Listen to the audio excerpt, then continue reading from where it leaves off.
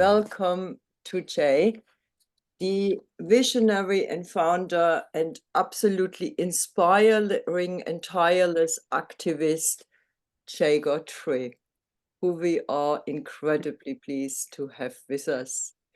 Is that enough for your strokes? Okay, I'll give you some more. So crops, not jobs, which was the vision of Chay, and he started it, but it's now quite a big group. He's not doing it all by himself.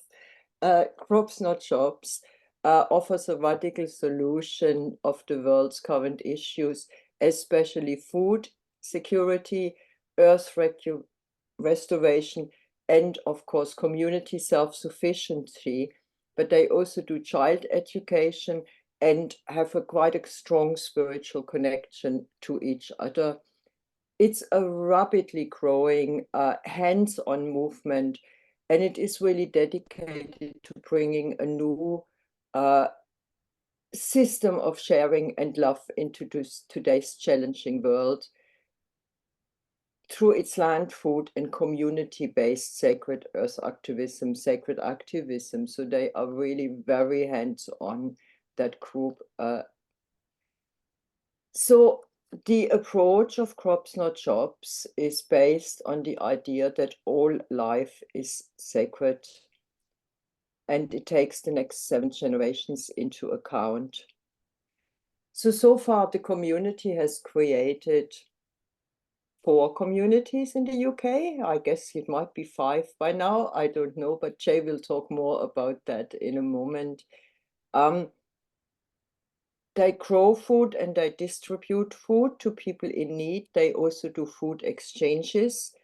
At the moment, they are in the process of opening buildings to homeless people. They also guerrilla plant neglected areas. We like the guerrilla approach and more. So I'm handing over to Chay and please pop your questions into the chat, and then I will later on convey them to Chay. So you're doing a little talk, so I will go off screen. Is that okay, Chay? Absolutely fine. Yeah, no problem at all. However you will like it, my love. Thank you. Okay. Sweetness, I'm going off screen, leave it to you, and then I come back in to time keep you for a bit, and then also to convey the questions to you from the people. Yeah? Okay. Wonderful. Thank you. Let's hope. There you are. All yours. Great. Great. Over to me. Thank you so much. Okay, bless you. Thank you so much. I have a kind of a structure. First and foremost, I'd like to offer to start and to bring us into a sacred space of prayer. For anyone who feels called to maybe bow your eyes and just tune in, take a few deep breaths together, and we'll send out our prayers as an act of, sacred service for the world. So, yes, if you feel called to just join me, we'll take 3 deep breaths to unite the space.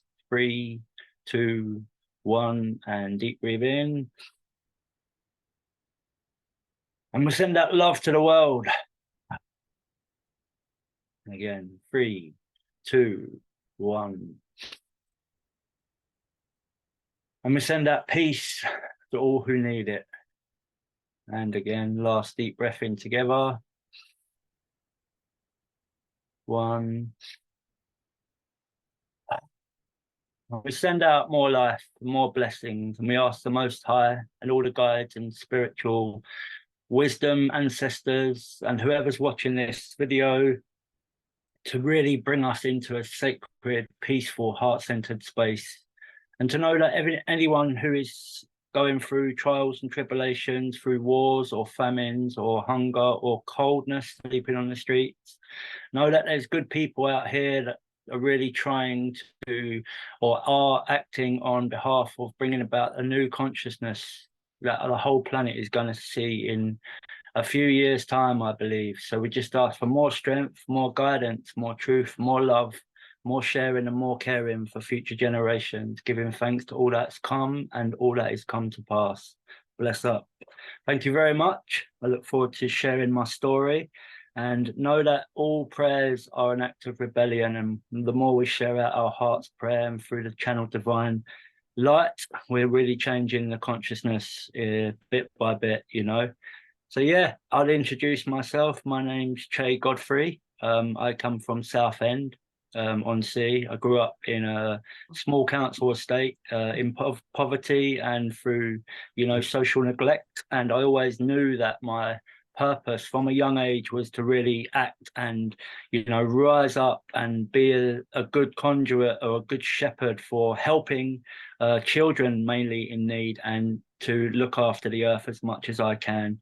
And I've been a tireless activist, like you say, Krista, from when I was 16. You know, I've set up wildlife gardens and open alternative provisions for young people in need, the ones that don't fit into state school regulations. That was me as a child. I left school. I didn't actually go to school. I used to bunk off and, you know, just do my own thing and act as a real rebel. I didn't like authority. You know, I didn't like to be told what to do. Further down the line, you know, we set up, as I say, alternative provisions in Southend. I had allotments and green spaces and done a lot of guerrilla planting over the years, just to try and rewild and, you know, create biodiversity habitats for the nature to thrive as well as the people. I've run 2 charities in my time, one called the One Love Foundation and one called Epic Quest with a friend of mine, that was all focused on alternative education for, as I say, people that are was in need of our help. My main passion now is community building, community outreach, urban outreach, taking on neglected green spaces, and really just trying to help and aid better ways of living for as many people as I can, fundamentally focused on 7 generations with thought in mind. So helping as many young people into prevention and love as I can as well. Crops Not Shops came later on down the line. It's now coming into its 4th year of function. We started off with our allotments in Southend. I was then based in Southend. We started getting people to come to our allotments as a response to the global crisis. We'll say the pandemic, the COVID that hit. So I'm just hot. As a response to the pandemic, we got people to our allotments. We had 7 allotments in Southend, and we got them all, you know, connecting with the soil and building community in that way, and growing and sharing food between themselves. A little bit down the line, 2 months into that process, we went to people's gardens and started planting food in people's gardens. And within a couple of weeks after just doing the first garden, we had like 25 gardens planted with food, and we got them all to share between each other. This was before Crops Not Shops had a name, and then we really like channeled something that this is something really worth working towards. So growing food for people to share and really simplifying the process of growing, because it can be quite daunting for people to, you know, think that they're going to be able to support themselves growing their own food. So yeah, 40 gardens came along from that process, and we had then a greenhouse that we welcomed all of these growers or people growing food to come and put their food into a pot and share it between themselves, thus creating the FAF, which is the Free and Fair Food Sharing Network. Didn't quite know what we was doing or the process it was going to take, the road it was going to go down, but we knew we was into something really magical and really powerful and really empowering, you know, for people to really get away from the current corruption and the down pressed system, and really wanting to create a whole new system of change and food security and community and sharing and love for the planet, love for the earth, and really, you know, working towards empowering people to put their hands in the soil as best they can to, you know, uplift and become anti-depressed, because there's something in the soil that's really, you know, powerful for the human being to, as a symbiotic relationship. It's called Mycobacterium vacci, and it has actual physical properties that create antidepressive feelings through releasing a serotonin in the body that uplifts us and, you know, connects us back to our truest sense within the earth, you know, because we are part of the earth and we love the planet, and we know that we need to work now in harmony with her and really listen to her heartbeat and worship her as our great mother within the great spirit of life, you know. So yeah, that's a little bit about how Crops Not Shop started. Further down the line, we was in about 1 year into the process of the pandemic, and we had about 3 or 4 bigger spaces that was owned by private landowners, that we was building these like non-living communities then that was coming to these lands, that was helping us all grow food and sharing between each other. And we thought, okay, so what's the process now? People was finding it difficult to, you know, get to the lands and, you know, come there to maintain the growing process. A little bit further down the line, where I am now, this is 2 years, this was 18 months into the Crops Not Shops process. I had a contact from a friend of mine, Hamish from Permaculture Institution Gathering, which is worth checking out, PIG.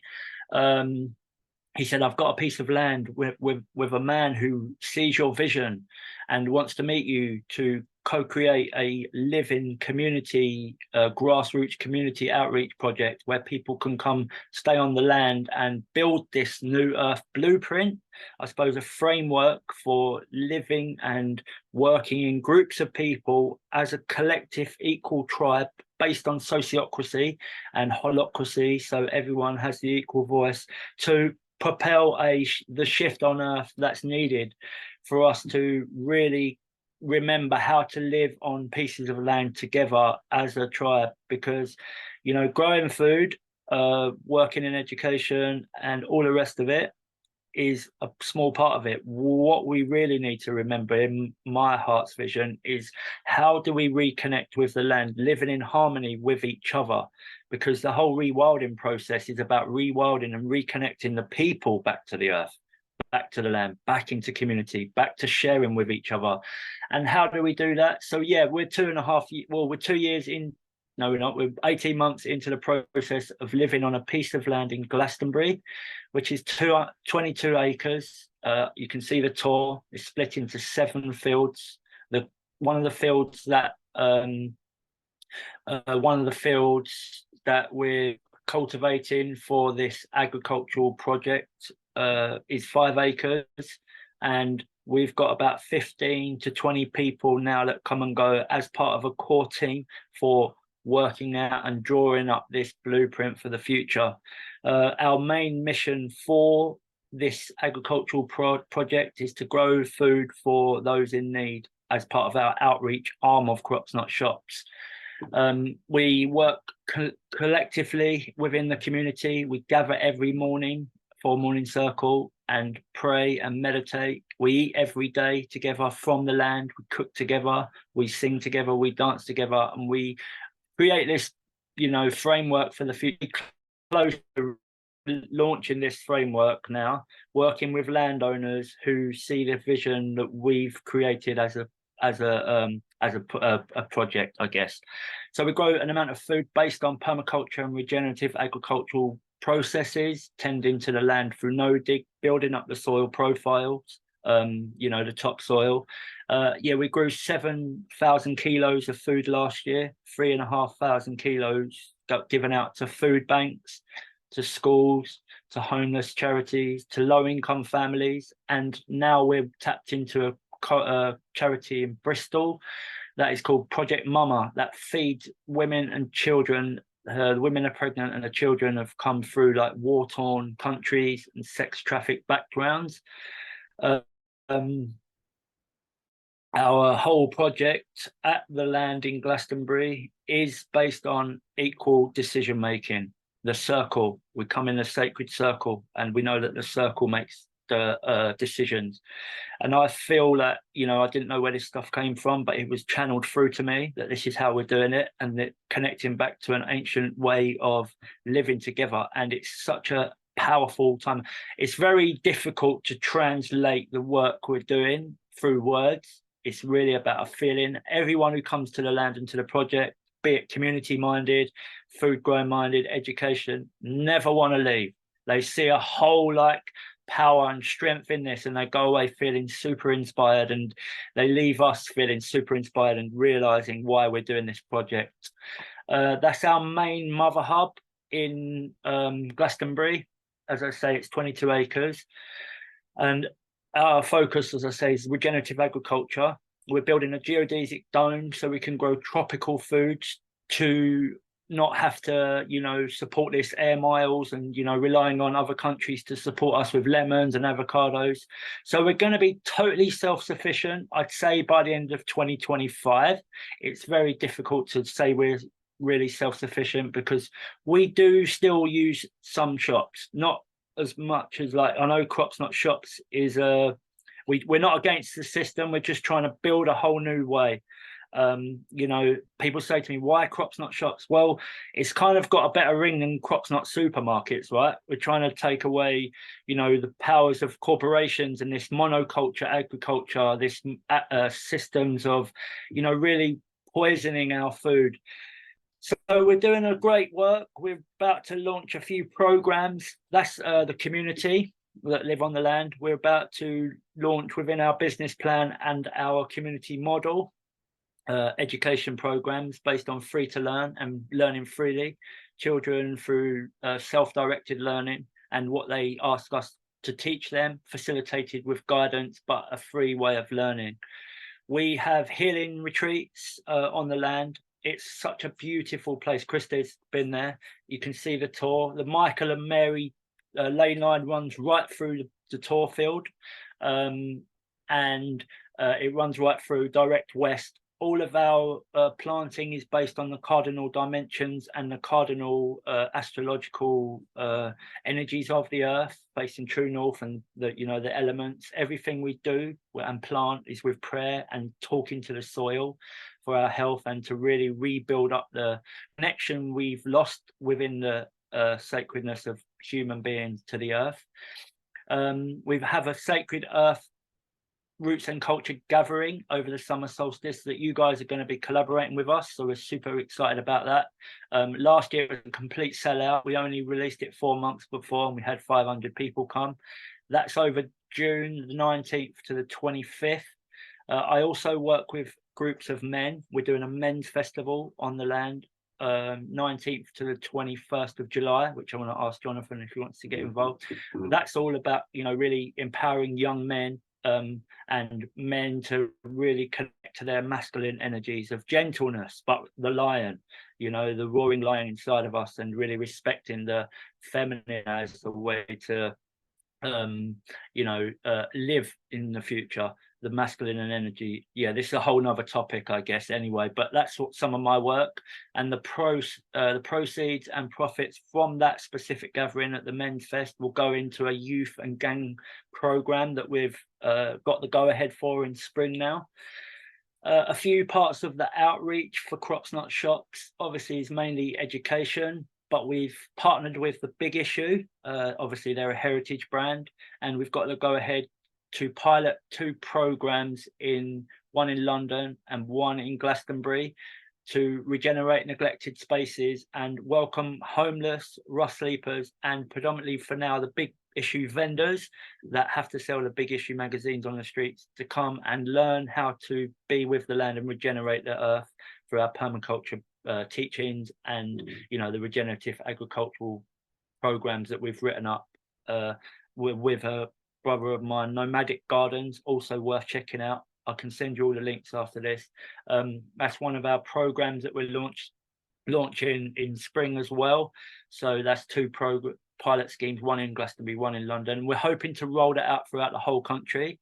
It's a crossover program that we've also partnered with the Ministry of Justice to go into prisons and regenerate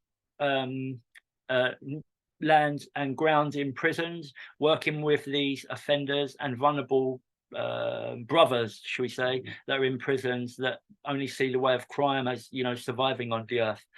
Once we've regenerated the prison grounds, the prisoners are then going to come out to us and work on these spaces and our lands to further integrate them back into society, you know, as a way to get them away from their reoffending and crime processes that they're always kind of circling inwards with. We've got many prevention programs and plans of, you know, hosting these brothers and these women and men in future. Another big arm of Crops Not Shops now is we've found a chapel, an old building in Glastonbury that we're building at the moment with a few different organizations, and this building is going to be used as a bridge for the people from mainstream struggles, vulnerable, marginalized people of society to come to the building rather than coming straight to the land, because what we found is these vulnerable people coming to land, they don't really integrate it too well without having that security of in a building. So we're opening the building predominantly for now for women and children from war-torn countries and sex trafficked backgrounds, ages from 14 to 30. That's our target groups.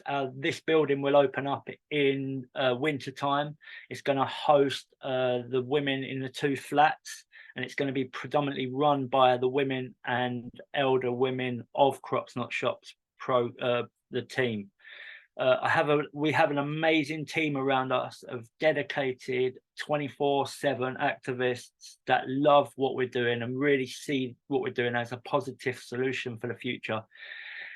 You know, because living in tribes and community, building a tribe in this day and age is one of the hardest, difficult, most exposing challenges we face in society. It's really, you know, brought up a lot. I say that with such a smile on my face because it's brought up such healing for everyone. It brings out all of our, you know, shadows straight away. You become exposed when you're living on land together in such close proximity and working together. You know, if you don't have these solutions to work through these conflicts, you know, processes, it can cause a lot of disharmony within our community, I guess. So we have loads of circles, loads of meetings. We have peace circles. We don't like to say conflict resolution. We like to say peace circles. We have meetings every week, and we have community bonding, and we have our values and our missions and our goals set out for I suppose, the next process of the project. We're building a business plan that's going to be released hopefully within the next couple of weeks. All of the project is based on giving half of everything away to people in need. You know, we have to sell half in order to support the people on the project and for the project to grow, and to turn it into a little bit of a business at the moment through like regenerative economics, as you know, Zach Bush would call it. Also another amazing inspirational speaker and mystic, I guess, for this time. So there's so much to this project. It's really difficult to condense it into such a small space of time. But, you know, that's in a nutshell what we're up to. We're planting food in people's gardens still, taking on green spaces, building these like land-based community, resource-based economies that can network and work together outside of this corrupt system while it's changing over. Because, you know, a new way, a new time, a new ancient way of remembering and living together is really upon us. I feel as Rastafari, we're living in revelation time, a prophetical time of love and hope from all cultures that have prophesied this stuff. I'd like to share a little story actually before we go into like questions and what we need as crops now. So there's a prophecy of the Hopi and South American peoples of the eagle and the condor. And they said it was, you know, prophesied thousands of years ago that there'd be this time of great peace on earth. And within the time of 2013, they saw the eagle and the condor flying over the Amazonas again together. And they said that when they saw this prophecy fulfilled and the eagle and the condor would fly together, there'll be a great change on earth. So in 2013, a council of 13 elders were formed through the whole planet. This is a council of 13 elders through each of the continents and places on earth.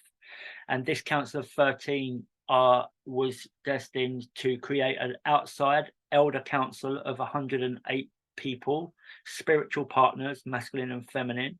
And within Europe and the UK, there's a friend of mine called Aterma Dolphin. You know her, Krista.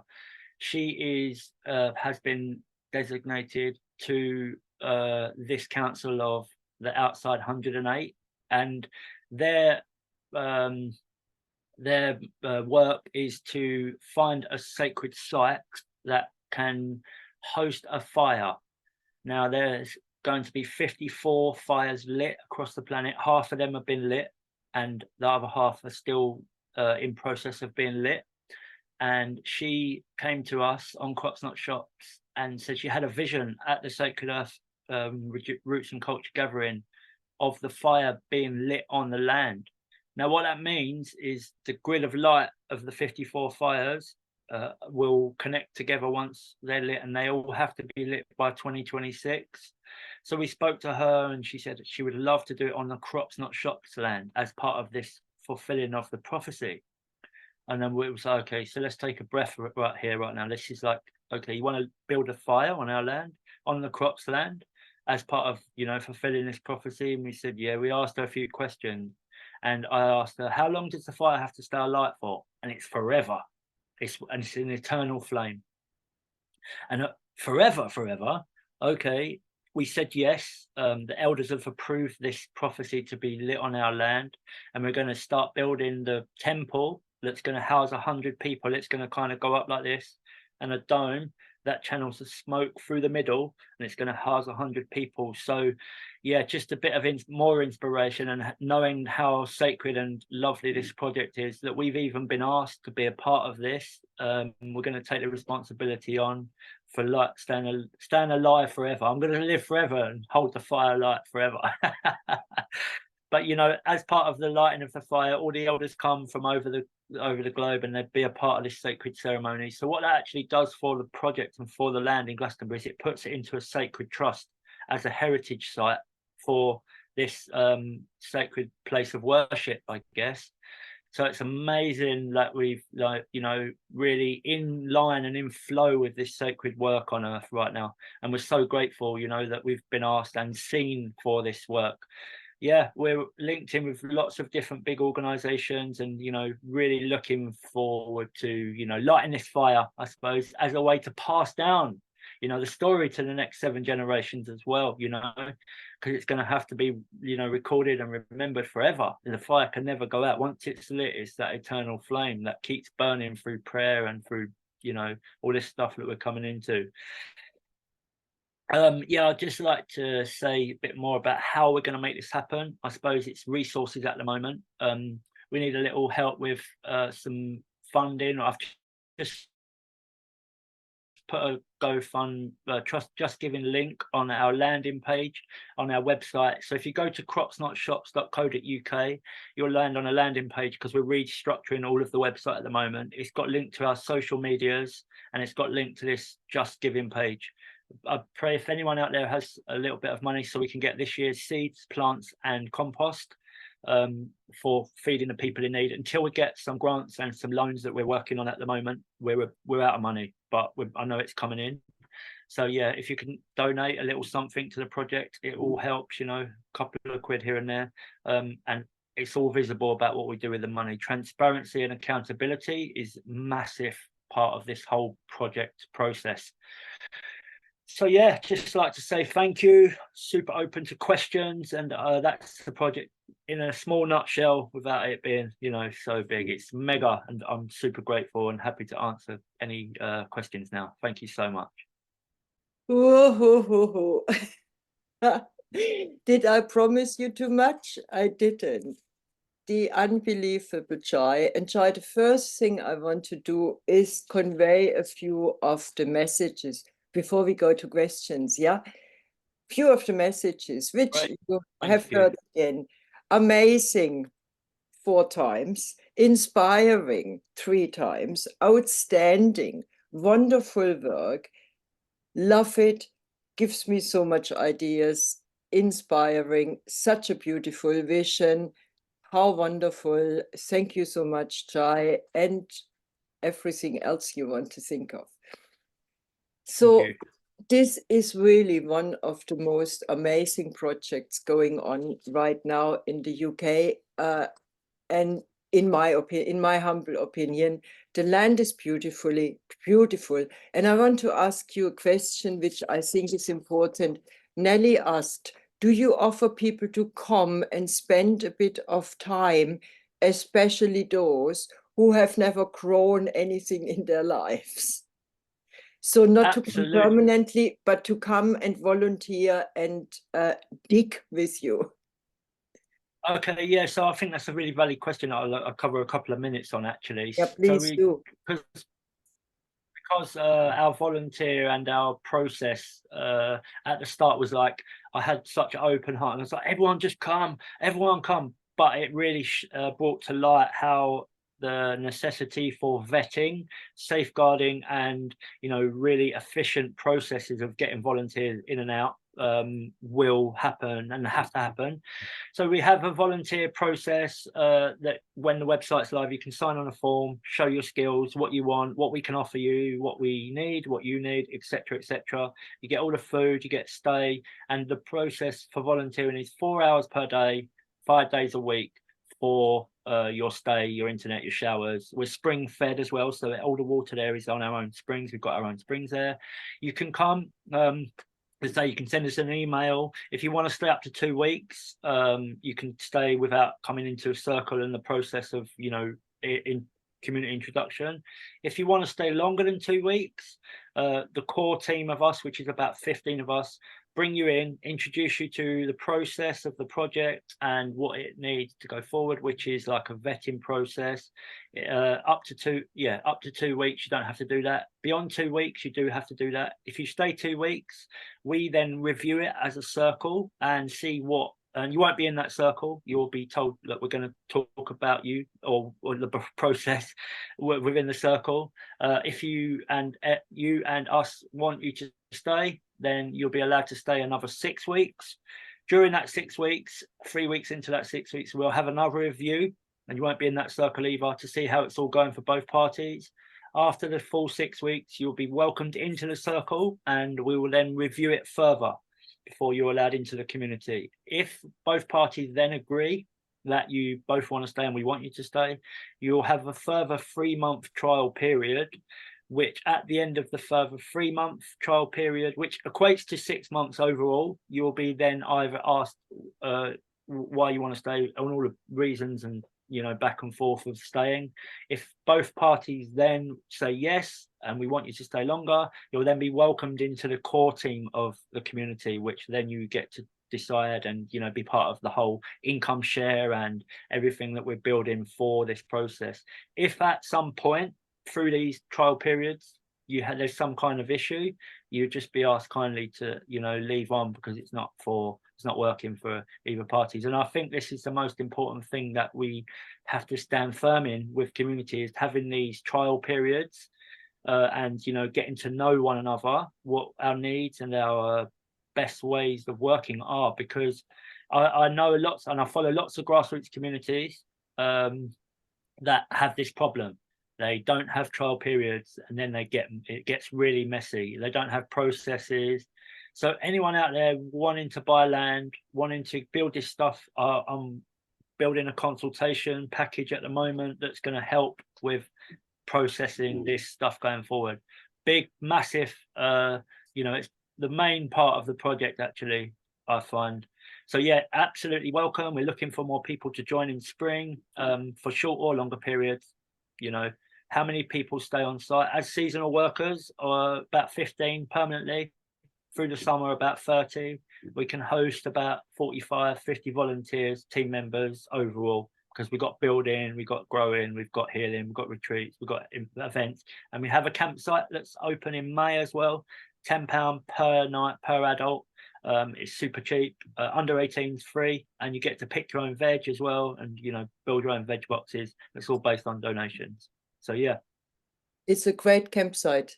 I was there last year with my van when you did the festival. It's a great site, and near Glastonbury, and extremely cheap for near Glastonbury, isn't it? It's just a great place, guys. Go. Okay, so Another question, Chay, maybe you want to talk about that.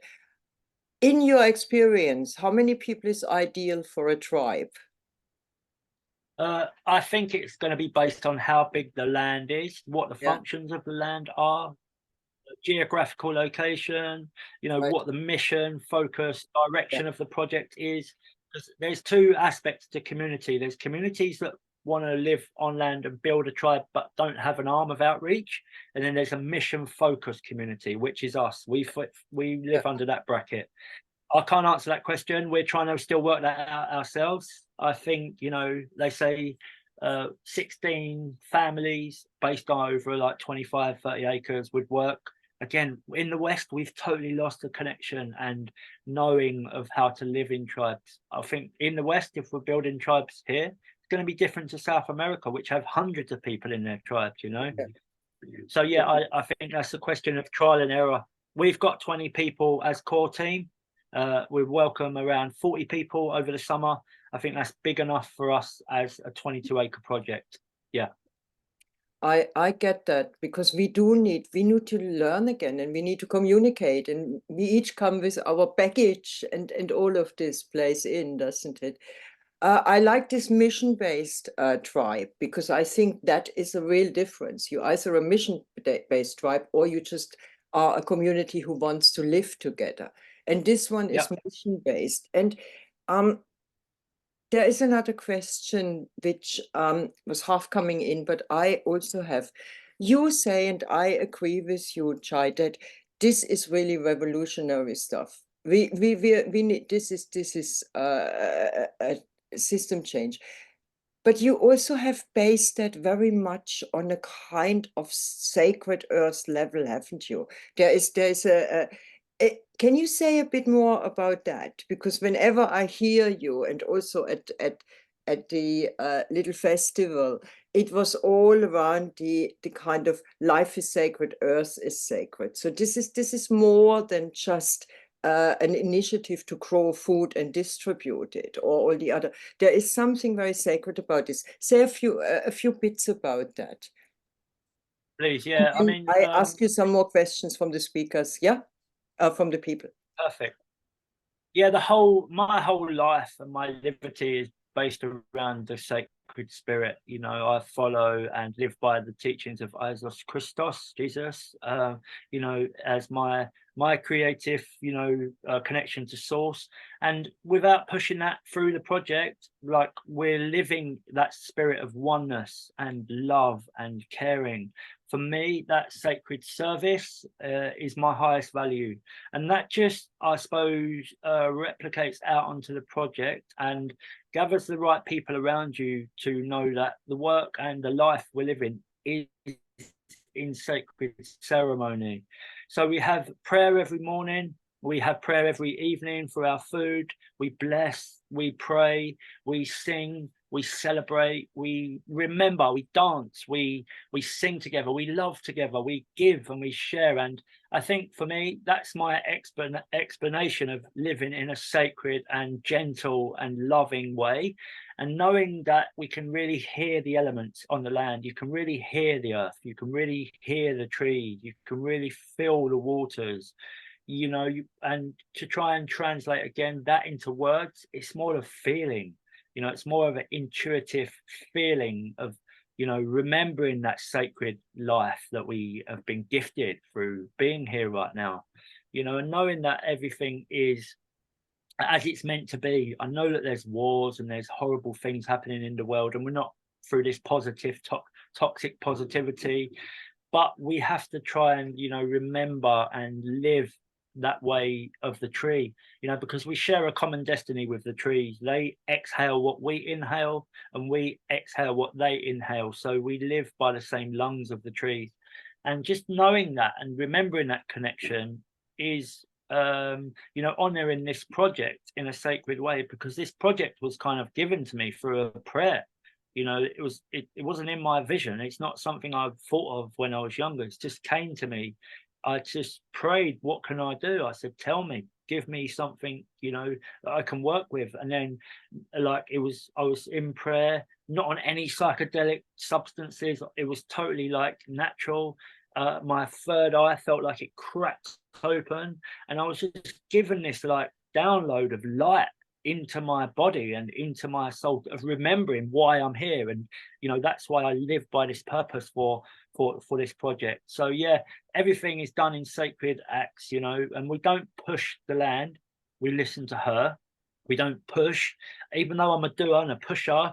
If the land says, you guys, look, we don't want you to work on me today, we hear it and we just take time and we care, you know. And that for me is the broad definition of sacredness for me. Thank you ever so much. And that's really interesting, because we find that as well, you know, before and we will talk about that later this afternoon, Jonathan and I, before we go into any action, we actually ask. We come off this idea that we know best, but we ask the land, we ask the burial mounds, we ask the stone circles, what shall we do? And I think that's a really important thing to take. We are coming almost to an end. Chay, there are questions, planning regulations with people living on the land. How are you doing with the council? And there are a lot of them, because I know you're using how is he called? Mark's land. Yeah, Mark. So working with the landowner, he's kind of a rebel anyway, but he wanted to change the use of the land. So basically what you do to get around planning is, first and foremost, what people do, they make the mistake of asking for planning and building their buildings before they actually get food in the ground and farming the land. So what we did is we said to our seasonal workers, in inverted commas, that we're going to plant food and build this agricultural project first, because then you can use it for farm diversification. And I'll send the link over. I don't deal with the planning stuff, Mark does, but basically we're building around the farm. So we're allowed to stay on the land, farming the land, and using as many people as necessary to utilize the space and what we need to do to make the farm work as seasonal workers for 364 days a year, bar one. So because that's a full season, that's actually been passed through the courts as a full season and seasonal workers. So we technically don't live on the land. We stay on the land as seasonal workers and leave one day a year. But you know, the planners came, they endorsed the project, they love what we're doing. We're showing them that we're giving all of the food away to people in need.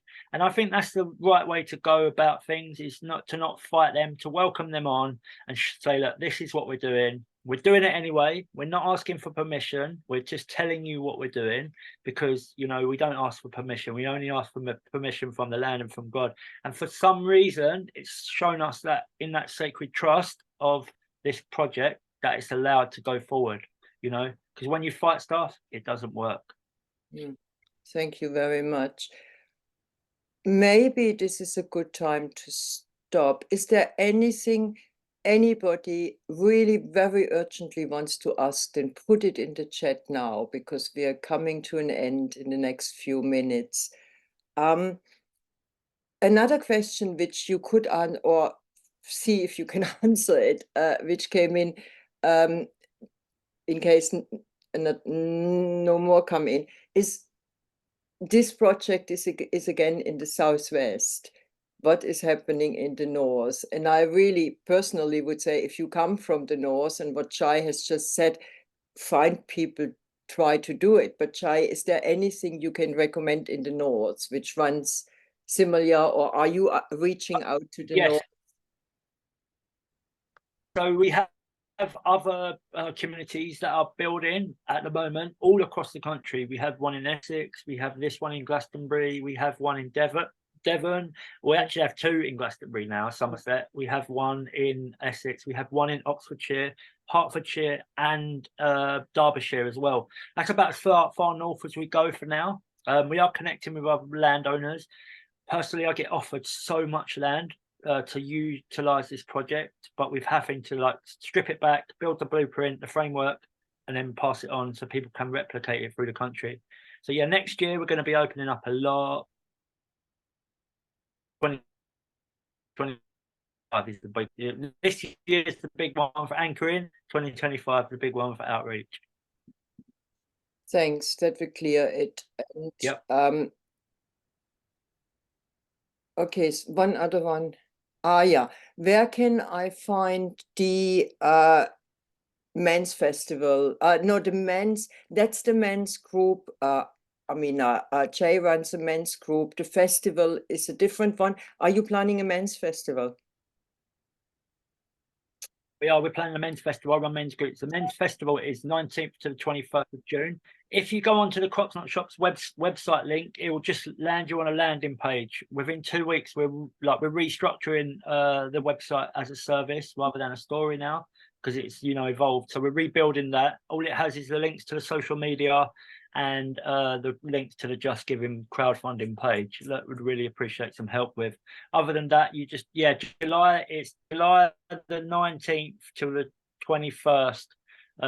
There's the Men's Fest, and the Sacred Earth Roots and Culture Gathering is 19th till the 25th of June over summer solstice. And Sacred Earth Activism will be involved, hopefully, with that. The summer solstice one. Pardon? Oh, absolutely. You'll be running a whole area, I'm hoping. We'll chat to that again soon. We're launching that festival at the end of this month as well, so yeah. Yeah. And so we will get involved with a tent, with the whole area. So people, if you want to come, if you have anything to offer, get in touch with Chay, get in touch with us.